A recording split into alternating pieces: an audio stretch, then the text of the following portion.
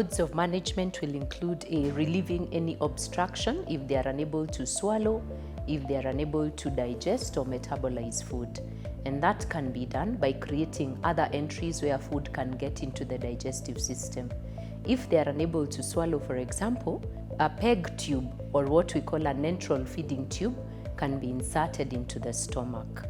If they are unable to pass food through the large intestines, tubes that we call stomas, creation of stomas, can actually be done so that food can get an exit while it's being metabolized if it cannot pass through the normal exit route. Easier forms of taking food, for example, having pureed food or pre-digested food, can also be done so that patients find it easier to swallow and have less effort chewing if they are very weak. Other forms of supplements, for example, pre-digested foods that contain high calories, can also be used instead of food. In the event that these forms of enteral feeding, as I've mentioned, using PEGs, using the stomas, and sometimes we even insert nasogastric tubes that pass through the nose all the way to the stomach.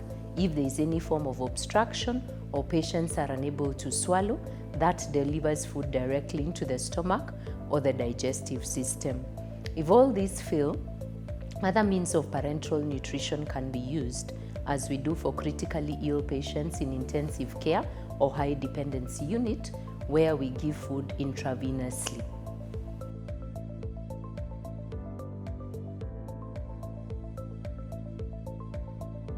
Early intervention of malnutrition or prevention of malnutrition is very important in a critically ill or chronically ill patient. One, to make sure that they don't lose weight, they do not have low immunity, they are able to tolerate treatment, and therefore reduce the number of hospital stay where one would be giving them intravenous electrolytes, giving them blood transfusions, or feeding them. So you improve outcomes because they are able to tolerate treatment. Early identification leading to early intervention will reduce deterioration of this patient, which will generally help them tolerate treatments, undergo surgery, undergo chemotherapy or radiotherapy, which may be life-saving. And therefore, examining patients, taking a good history, and intervening early is quite important in their general overall survival and outcomes in treatment.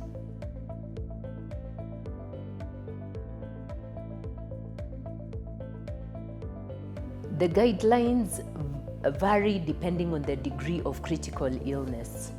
If patients are intensive care unit, the approach is usually to use intravenous or parenteral modes of feeding.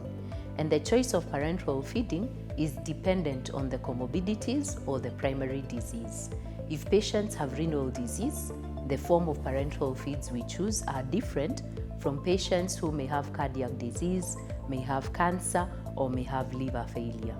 As patients improve, other enteral means of feeding are usually selected, where you use nasogastric tubes or PEG tubes to be able to wake up the digestive system by having food inside the gut.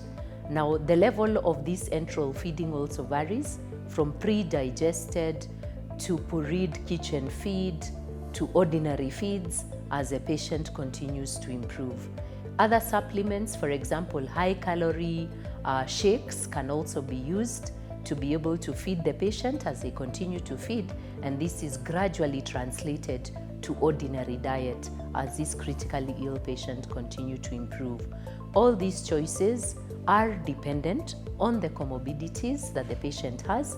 For example, patients who are diabetic, things with sugar will be avoided. Patients with renal illness, the amount of protein will be moderated.